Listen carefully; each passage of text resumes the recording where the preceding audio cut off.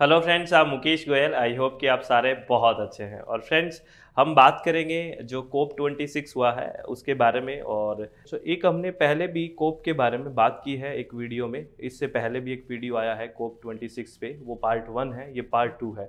और इसमें थोड़ी सी अलग इन्फॉर्मेशन है और उसमें भी थी, क्योंकि जब हमने वो वीडियो अपलोड किया था तब कोप चल रहा था और अब फिनिश हो चुका है। तो इसके बारे में कुछ बातें जो है वो और डिस्कस कर लेते हैं, एग्जाम के पॉइंट ऑफ व्यू से इम्पोर्टेंट हो सकता है। ठीक है, तो क्या फैक्चुअल इन्फॉर्मेशंस आपको याद रखनी है? पहली तो ये कि कोप 26 हुआ कहाँ पे, ये बात मैंने पहले वाले वीडियो में भी बताई थी। अगर किसी ने नहीं देखा है तो उसको भी एक बार डिटेल पे देख ले। ठीक है, कहाँ पे कोप 26 हुआ था? ग्लासगो। ठीक है, क्लाइमेट चेंज कॉन्फ्रेंस। ठीक है, ग्लासगो यूके में। ठीक है, और आपको क्या करना है, कोप 26 ग्लासगो में हुआ, ठीक है, यूके में। तो ये आपको ये भी पता होना चाहिए, मैच करने के लिए आ सकता है कि कोप 25 कहाँ पे हुआ, कोप 24 कहाँ पे हुआ, कोप 23 कहाँ पे हुआ, कोप 22 कहाँ पे हुआ और कोप 21 कहाँ पे हुआ। ठीक है ना, ये आपको ध्यान रखना है। जैसे ये मैड्रिड स्पेन में हुआ कोप 25, और पोलैंड में हुआ 24, बॉन जर्मनी में हुआ 23, मोरक्को में हुआ 22, और जो 21 हुआ था पेरिस एग्रीमेंट, आपको पता ही है, वो कोप 21 था और वो पेरिस में हुआ था। तो ये चीज़ आप ध्यान रखना फ्रेंड्स। आप लोगों से मेरी रिक्वेस्ट है कि ये मैच करने के लिए आ सकता है। कोप का मतलब आपको पता ही है, कॉन्फ्रेंस ऑफ पार्टीज होता है। ये जो कोप लिखा हुआ है ना, ये कॉन्फ्रेंस ऑफ पार्टीज होता है, क्योंकि कुछ पार्टीज वो आती हैं, वो कॉन्फ्रेंस ऑफ पार्टीज है, ये ध्यान रखना। ठीक है ना फ्रेंड्स, आगे कुछ बात करते हैं, और वो बात क्या है आप भी इस वीडियो में ये ध्यान से सुनना है। जो ये कोप 26 हुआ है, इसमें प्रेसिडेंट जी कौन थे, इसके प्रेसिडेंट थे, इनका नाम याद रखना है। हो सकता है आप लोगों से एक क्वेश्चन पूछा जाए कि कोप 26 के प्रेसिडेंट कौन थे, तो प्रेसिडेंट थे आलोक शर्मा। कौन थे? आलोक शर्मा जी थे।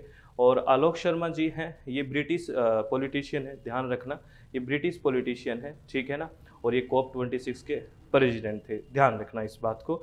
और एक ये कोप 26 हो गया, ये तो आपको पता है ग्लासगो यूके में हुआ है अभी। ठीक है, आपसे ये भी पूछा जा सकता है कि कोप 27 कहाँ पे होगा, जो कॉन्फ्रेंस ऑफ पार्टीज 27 होएगा वो कहाँ पे होगा। तो याद रखना, कॉन्फ्रेंस ऑफ पार्टीज जो 27 है वो कहाँ पे होगा, वो इजिप्ट में होगा। ठीक है ना, अफ्रीका इजिप्ट में होगा।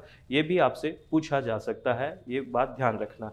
और फ्रेंड्स, UNFCCC कई बार मैं बता चुका हूँ क्या होता है। अगर आप लोगों को इसकी फुल फॉर्म आती है तो कमेंट बॉक्स में बताना, what is the full form of UNFCCC। ठीक है, वो हो सकता है ये पूछ ले। तो कोप 27 कहाँ पे होना है? कोप 27 इजिप्ट में होना है, ये बात भी आप ध्यान रखना। और क्या बातें याद रखनी है? और बातें याद ये रखनी है कि जो ये कोप 26 हुआ है, इसमें क्या क्या बातें सामने निकल के आई है, ये बात भी आप थोड़ी थोड़ी ध्यान रखना कि क्या क्या बातें ध्यान आई है, निकल के आई है। एक है secure global net zero by mid century and keep 1.5 degree within reach, ये बात है। इसमें ये बोला गया है कि मिड सेंचुरी तक जो ग्लोबल नेट जीरो होना है, जो कार्बन एमिशन है वो जीरो करना है, ये बात सामने आई है मिड सेंचुरी तक। ठीक है, मध्य शताब्दी तक की बात है। और ये जो हमने पेरिस एग्रीमेंट में बात की थी ना कि 1.5 से 2 degree Celsius pre industrial time से बढ़ना चाहिए, इससे ज़्यादा टेम्परेचर नहीं बढ़ना चाहिए, मतलब विद इन लिमिट रहना चाहिए। तो इसमें भी ये बात की गई है कि विद इन 1.5 डिग्री लिमिट रहनी चाहिए। ठीक है, ये बात भी है। और जितनी भी कंट्रीज है उनको ये कहा गया है कि countries are being asked to come forward with ambitious 2030 emissions reduction target that align with the reaching net zero by the middle of the century. इस बात को ध्यान रखना।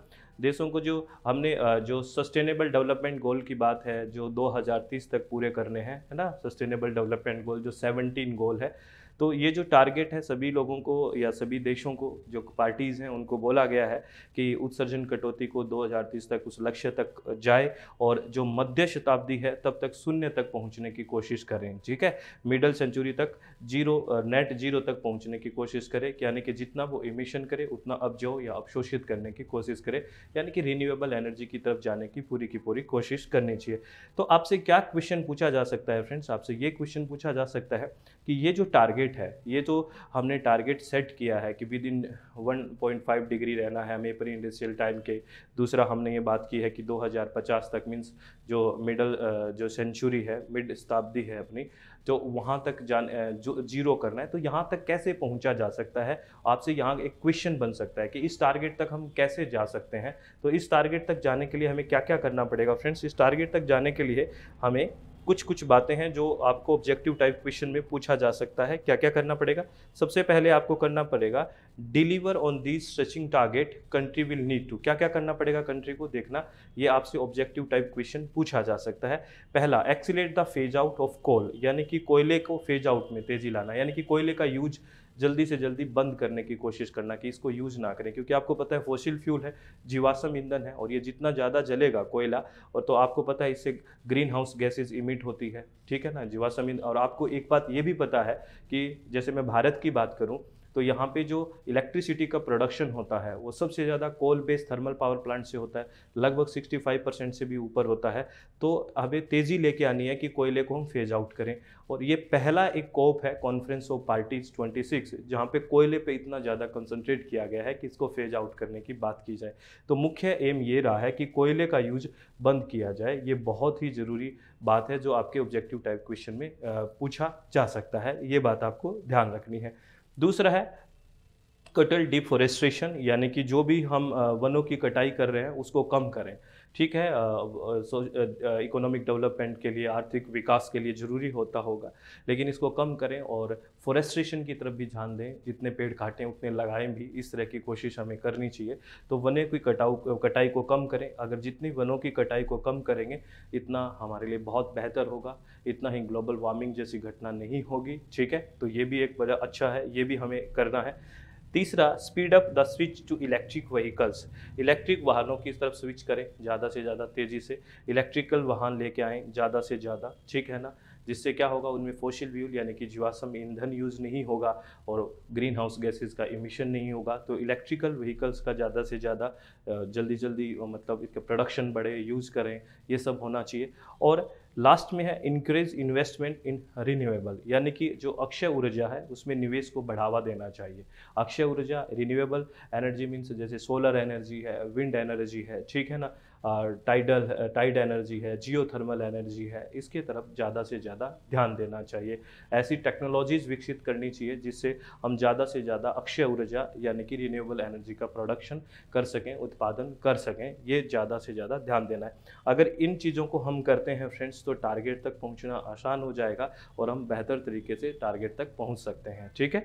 ये बात आपको ध्यान रखनी है। और क्या बातें ध्यान रखनी है, और इसमें बात की गई है कि अपना जो प्रोटेक्ट एंड रिस्टोर इकोसिस्टम, जो भी अपना पारिस्थितिकी तंत्र है इसको रिस्टोर करना है और इसको क्या रखना है, सुरक्षित रखना है, ठीक है ना। ये बिल्कुल बात ध्यान रखनी है, क्योंकि आपको पता है, आपको ये भी बताना मुझे कि जो अपना वर्ल्ड इन्वायरमेंट डे मनाया जाता है, ठीक है ना। तो अब की बार जो वर्ल्ड इन्वायरमेंट डे मनाया गया, तो वर्ल्ड इन्वायरमेंट की अब की बार थीम क्या थी, आपको ये बतानी है। थीम क्या थी, ये क्वेश्चन आपसे पूछा जा सकता है। आपको बताना है कि वर्ल्ड इन्वायरमेंट डे जो 2021 इसका थीम क्या था, ये आपको मुझे बताना है। कमेंट बॉक्स में आप बताना, सब ये क्वेश्चन पूछा जा सकता है। तो पारिस्थितिकी तंत्र की रक्षा और उसकी पुनर्स्थापित करने की बात की गई है। और जितने भी अपनी जीवन है, एक तरह से जितना भी हम एग्रीकल्चर लैंड पे डिपेंड है, तो उसको इस तरह से डेवलप करना, उसको उस तरह से विकसित करना, उस ढांचे को इस तरह से कम नुकसान हो, इस तरह की बात इसमें की गई है। तो ये सारी बातें आपको ध्यान रखनी है। और मेनली जो बात याद रखनी है कि COP 26 कहाँ हुआ, COP 27 कहाँ होगा, ये बात ध्यान रखनी है। दूसरा, COP 26 के जो प्रेसिडेंट थे वो कौन थे, ये भी याद रखना है। और बात जो हमने बात की थी, जो अभी बात की थी कि हमें इस टारगेट तक पहुंचने के लिए क्या क्या करना चाहिए, ठीक है ना, कि 2030 तक और 2050 तक हमें शून्य की तरफ जाना है, इमिशन की तरफ, जीरो इमिशन की तरफ करना है, नेट जीरो की तरफ। तो उसके लिए हमें क्या करना चाहिए, ये सारी बातें आपको ध्यान रखनी है। ऐसी कुछ कुछ जो फैक्चुअल इन्फॉर्मेशन है वो ध्यान रखा करो, और बिना किसी टेंशन के पेपर दे के आना। बिल्कुल चित्त को रिलैक्स रखें, मन को शांत रखें, और किसी भी तरह की कोई भी टेंशन आप ना लें। फ्रेंड्स, आप लोगों से मेरी रिक्वेस्ट है, आपकी बहुत अच्छी तैयारी है, इसी तैयारी के साथ एग्ज़ाम में अच्छे से जाना, चित्त को रिलैक्स रखना। ज़्यादा टेंशन लोगे तो दिक्कत हो सकती है, कोई प्रॉब्लम नहीं है, सब बहुत बढ़िया है, बस आपको रिलैक्स रहने की ज़रूरत है। देखो, आपने अगर पूरे टाइम मेहनत की है तो अब टेंशन लेने से कोई फ़ायदा नहीं है, आराम से हो जाएगा, आप बिल्कुल टेंशन मत लीजिए। अगर कुछ भी नहीं किया है तो भी अब टेंशन लेने की ज़रूरत नहीं है कि अब एक दिन में कुछ थोड़ी हो जाता है, एक दो दिन में। एक दो दिन की बात, जिसका आगे एग्जाम है, जिसके पास टाइम है तो वो तो कर सकता है। लेकिन आपका सबसे बड़ा क्या है कि आप अपने चित्त को रिलैक्स रखें, मन को शांत रखें और खुशी से चीज़ों को करने की कोशिश करें तो बहुत बेहतर होगा। जितना आप टेंशन में करोगे तो कुछ तो रिजल्ट आना नहीं है, तो दिमाग खराब हो जाएगा, एक पेपर खराब हो जाएगा। तो हमें शांति से चीज़ों को करना है और ये सारी इन्फॉर्मेशंस जो हमने दी है उसको अच्छे से कोशिश करना याद रहें। और कोप 26 के बारे में एक वीडियो पहले अपलोड हुआ है, उसमें भी और इसको भी दोनों को देख लें तो बहुत सारी इन्फॉर्मेशन आपके पास हो जाएगी। मे बी इसमें एग्ज़ाम में आपको हेल्प मिल जाए। ठीक है फ्रेंड्स। और आपको एक इन्फॉर्मेशन ये है कि पेपर 2 अगर किसी का ईवीएस है, पेपर 2 अगर किसी का ईवीएस है, इन्वायरमेंटल साइंस है, तो उसका जो एडमिशन है वो अपनी एप्लीकेशन है प्ले स्टोर पे SWMG success with Mukesh Goyal, इस पे चल रहे हैं। अगर आप विलिंग हैं तो आप ज्वाइन कर लेना और आप अच्छे से पहले पेपर दो, शांति से, चित्त को रिलैक्स रखें, मन की शांति से। All the very best. Thank you. Thanks a lot friends.